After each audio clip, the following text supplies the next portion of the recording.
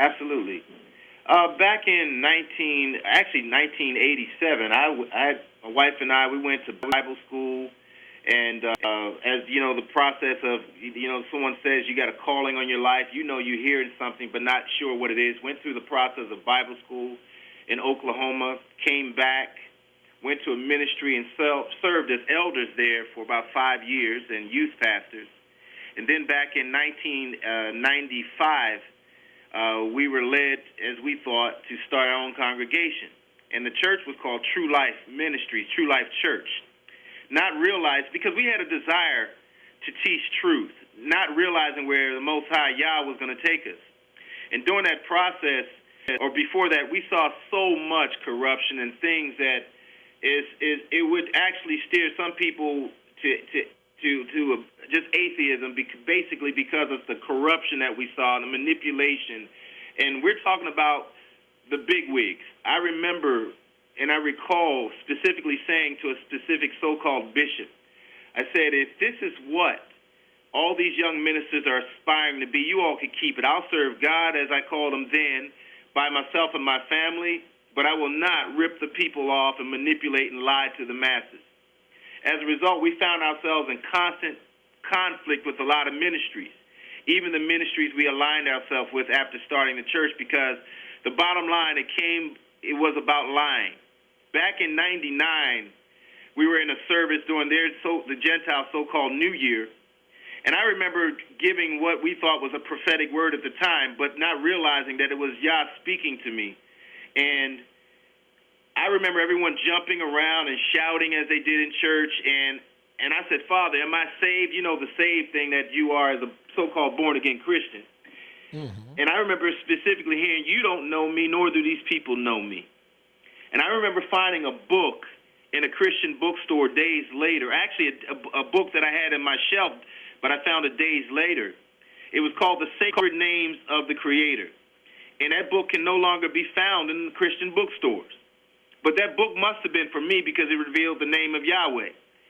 And that took us on a journey, just to make a long story short, it took us on a long journey that we ended up discovering who we were, discovering that we were Israel, right from the scriptures. No one taught us. Yeah. We were able to see, because at the time we had a bunch of Messianic Jews, or people that called themselves Messianic Jews. These were Israelites but didn't know anything. But we made a conversion. At the time we had about 300 members in the church, and when we started saying we're going to honor the Shabbat, we're going to praise the name of Yahweh, 75% of the congregation decided not to. We were left with a choice, follow Yah or follow the masses. And, you know, most ministers are going to stick with the masses because that's where their change comes from. That's true. And we decided to follow Yah. And basically, that just led us here because we were, at the same time, worshiping the Christ of the New Testament, calling him Yeshua. But then the revelation came upon me was that, okay, if this so-called Christ of the New Testament's job is to introduce us and point us back to the Father, if we have the Father now, what do we need this Christ for? Simply like saying, if I'm lost trying to get to your house, Brother ELesha, and I have a road map, once I've gotten there, do I need that map anymore? You got that? Yes. So now I need to realize and get acquainted with you, my destiny. Mm-hmm. And that's where we are today. We said, wait a minute, Yah's our Savior. He showed us these scriptures were revealed to us. And that's all I'm basically saying in the short of my testimony is, if you're seeking truth, you're going to find it. And the question I think I posed last week and what I posed to everyone is, most people claim that they're looking for the truth. But if the truth knocked on your door at some of the most inconvenient times, and it looked like something that totally contradicted everything you believed up to that point, would you invite it in? We decided to invite truth in, and it changed and resurrected our life. And we realized that I realized at that time, because I really took pride in teaching, but I realized I really don't know anything. I really don't know the Father, and we really need to learn again. And that's basically where we are this day, that we're relearning, as you said earlier during Shabbat lesson, we're learning and open to learn. And our stand has always been, and it will be, that if someone can show us in the scriptures line upon line, precept upon precept, there's no argument there.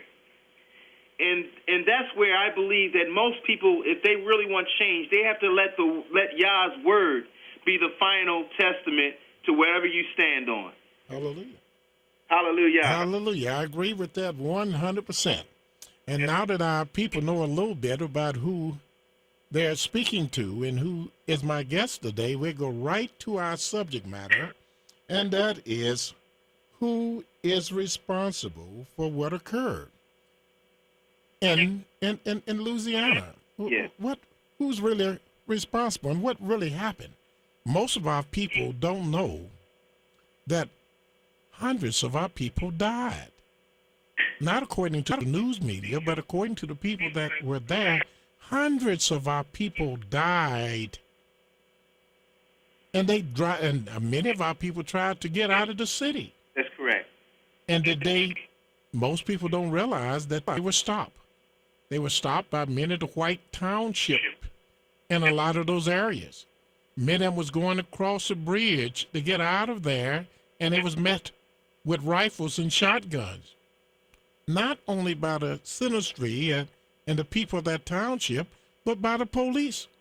And they told them and fired over their heads and told them they would kill them if they don't go back where there was no escape from. That's correct. They were told that they would die if they didn't go back, that they would be shot. And these are our people. A lot of people are not aware that even the news media called our people refugees. And here they are so-called citizens of Louisiana. And they were called criminals and refugees.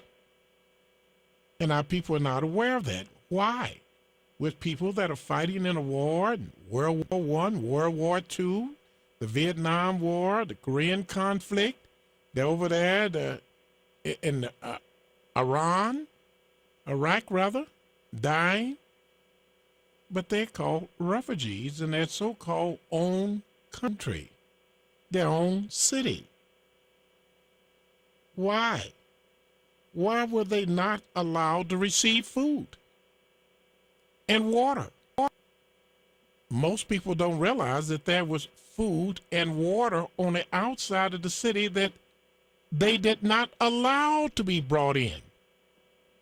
You had news anchors and newsmen and newswomen coming in the city, bringing food to eat themselves and going out, but the people in the city were not allowed to leave. They were not brought any food or water. There, I've seen people on TV that were in trucks filled with water that were told by FEMA to go somewhere else and park. Just park and sit in the trucks loaded with ice and water that the people desperately needed for their survival, but they were not allowed in. And we want to know why. We want to know why did the government not allow food or water to be brought in? Why were they threatened? And we want to know why many of the people and their children was torn from their arms, family members torn from each other, little children flown away in helicopters, and they were told they would soon join up with them. And do you know, many of them hadn't seen their families since then. There's over 3,000 children and people missing to this day, where the government said they don't know where they are. Do you know many people are on medications? Many people are getting medicine for high blood pressure. Many people are in mental institutions that had special medicine that were brought to them and never received any since then. Because every time they go to a city, they might be here a couple months, and they send them there, and they might be there a couple months, and they don't know where each other are at. They're not allowed to get any strict medical card because they're not in one permanent place. Their records are stolen. Who is responsible for this? And who wants the families tore up and divided and separated? who has a long traditional history of separating our families, our children, and our parents from one another. And it's also very interesting to note, my brother, that a lot of people, they were happy because when the flood had stopped, many of them began to come out of their houses. The flood had stopped and they wasn't worried about nothing. And then they heard a big explosion. And after the explosion, after the storm, after the whirlwind, after the hurricane was over, then a big blast occurred. And that's when the houses went down and that's when the people drowned. Who is responsible for this blowing up the levee? What was this big explosion everybody heard? And why won't the federal government allow independent parties to go down and look at that area? There's been some black divers that went down and said they see where the place was exploded. And they demand that the government investigate it and try to do something about it. One program, they said, what good would it serve if we found out the government was responsible? What you gonna do? What good would it serve? What good did it serve when they found out the government was intentionally responsible for giving hundreds of black men syphilis, was paying hospitals, was paying clinics, giving them grants to experiment and see how these debilitating diseases would function on our body, how fast it would kill us, what cycles it would go through before we would die, how long we would live, how this would act on black people, how that would act on black people. Who's responsible? Those are some of the things that we want to discuss tonight, brother. Absolutely. And yes, I know you have some comments. Yes, I do. My brother-in-law, Baruch, was down there in New Orleans for a special assignment, and he's doing security work down there. He was a D.C. police officer at the time. And he was just there, returned from there 2 weeks ago, sharing with us how in the area where our people live and reside, there's still no electricity. If you go down there at night, and no running water. If you go down there at night, it's so black, it's so pitch black that it's dangerous, and the people are in desperate situations. He's also guarding a morgue up there where it's tractor trailers of bodies, not just bodies from the morgues because they're below sea level, the caskets that have surfaced or whatever, but these are bodies of people that are unidentified, and they're our people. No one's reporting that kind of information. But the bottom line is the people involved there, the people that are there in New Orleans and our people across the country have to have eyes to see what's really going on. Mm-hmm. And cannot continually allow themselves to be blinded by this spirit of falsehood that permeates every part of the being of most of our people. That we're in some kind of trance that we can't see things for what they really are. And I praise y'all for you because you are helping to wake up the masses. And our people need to wake up and see things again as they really are. And ask the question, have things really changed? Yes. Have things changed? I think that's a good question for our people to ask themselves. What is the difference now than what existed during the 60s? Is this really progress? I think that one of the biggest culprits here is we've been allowed to be culturally conditioned to be a certain way.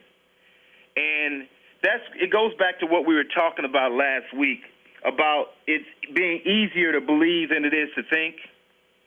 As a result, we cannot, because of cultural conditioning, and this is no disrespect to anyone, but it is what it is. We are more Eurocentric in our thoughts, in our values, in our actions than Europeans themselves, because that's our paradigm. we don't see Yah and Yisrael and what Yah set in his precepts and his laws and his right rulings as a standard of how we should live. We want everything this man has, our oppressor has, to the point that we think like him, and the closer we think like him, that we want to blame ourselves. I'm talking about that it's those people's fault, like Barbara Bush said, they're better off. Isn't that something? I heard that was really frightening. Coming from the so-called First Lady, you have people totally without anything. No more house, no more car, no more job, no more bed to sleep in, and they were all in a big, huge shelter where they're sleeping on top of each other almost, just beds next to bed, no types of privacy or nothing. And Barbara Bush says she thinks the people are better off right now. And they should be happy. And you know what the sad part is? When I hear our people saying that. Yes. Especially in this area. We're right between Washington, so it's an extremely political and religious area. And you have our people saying it's their fault. You know, all those people are thieves and they're a bunch of vagabonds. I've heard that. Well, they hear the government say it. They hear the newsmen and anchors say it. So monkey see, monkey do, and that's all that many of our people have to do.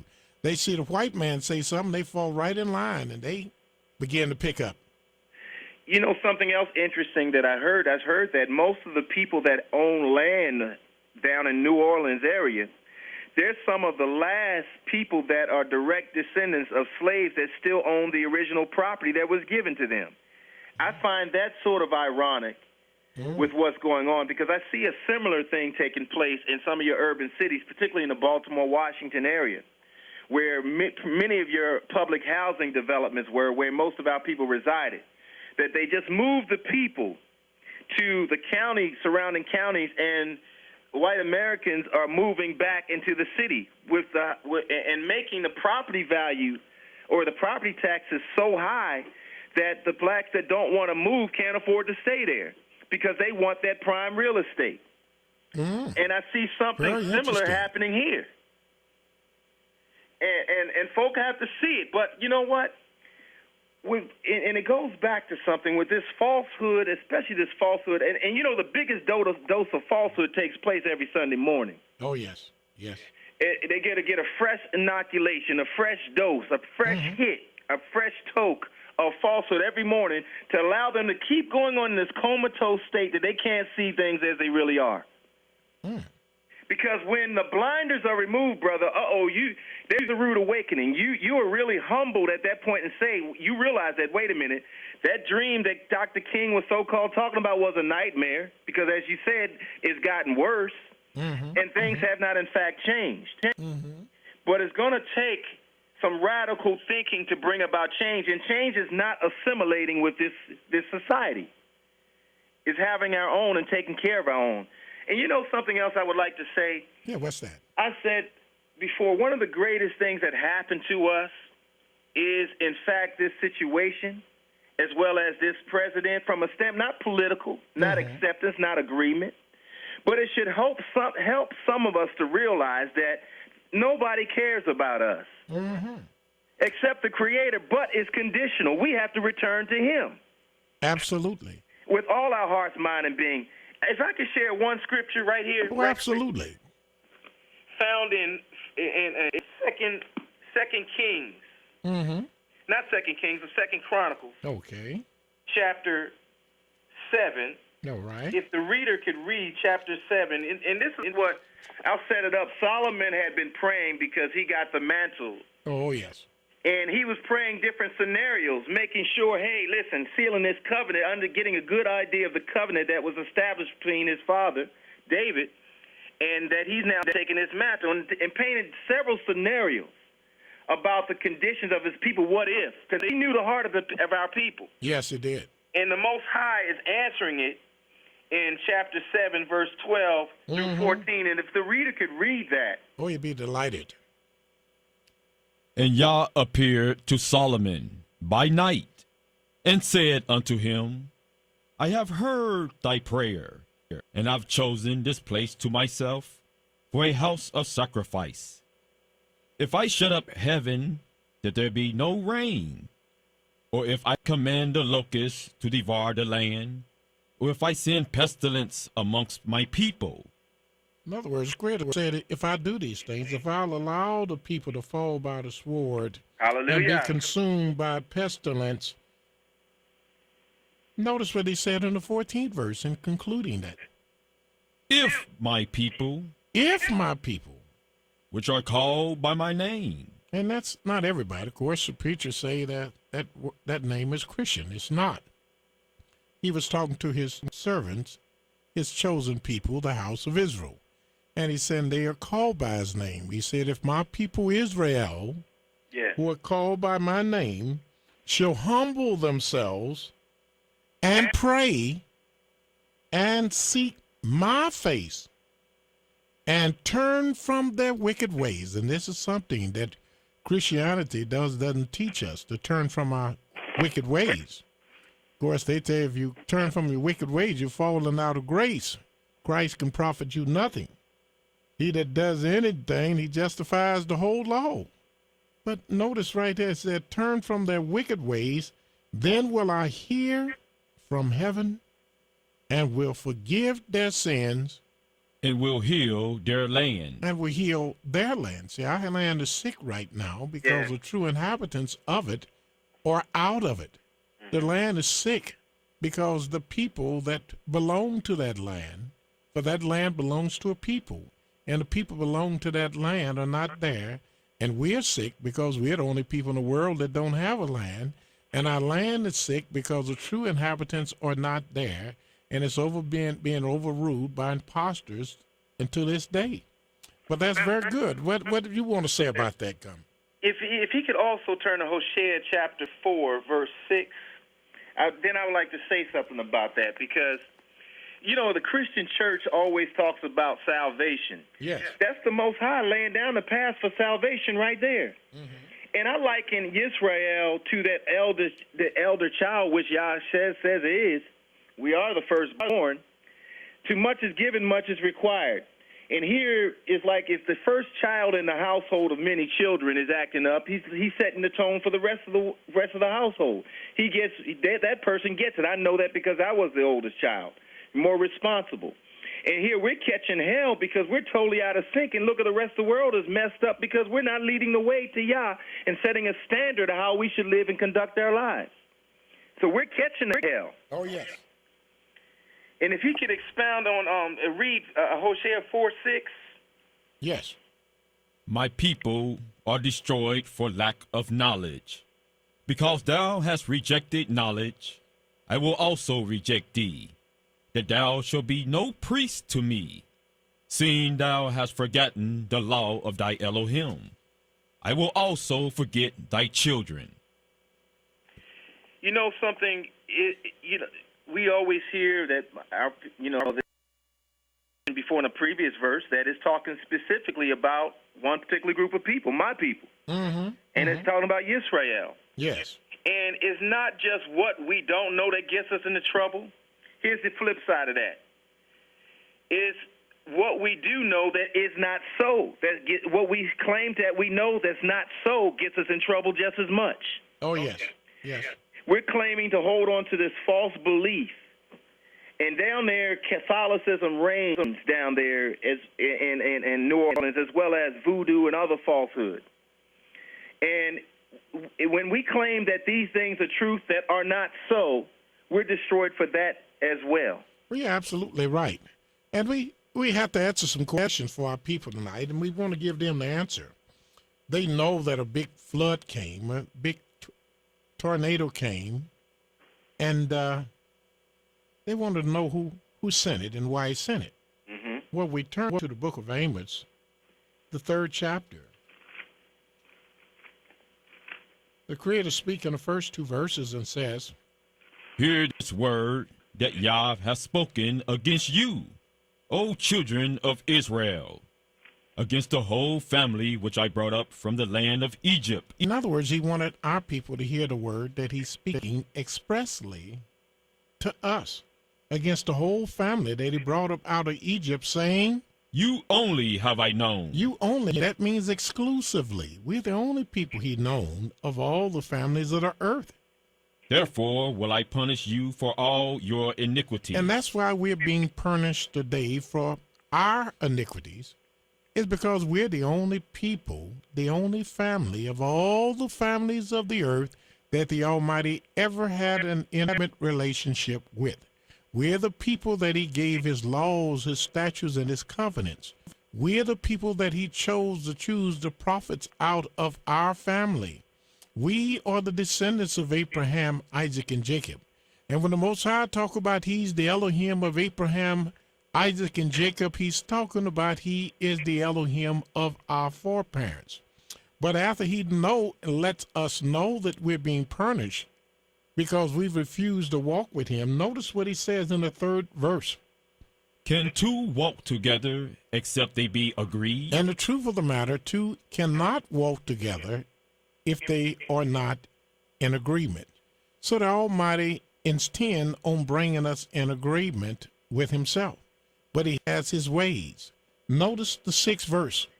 Shall a trumpet be blown in the city? Because the Almighty's going to let you know who's really responsible for that storm, for that hurricane, and for the great flood that went across Mississippi and New Orleans and parts of Texas. He's going to let you know who's really the one you should blame for it. The Creator says in verse 6, should a trumpet be blown in a city, and the people not be afraid? Should there be evil in a city, and Yahweh have not done it? Here the Creator let us know that it is totally impossible for he to be who he is and be the creator of the universe and knows everything that's happening. He reassures us that there can be no evil in any city. There can be no Holocaust in Germany. There can be no Holocaust in Africa. There can be no slaves coming to America. There could be nobody burnt to the stakes if it was not because of Yahweh.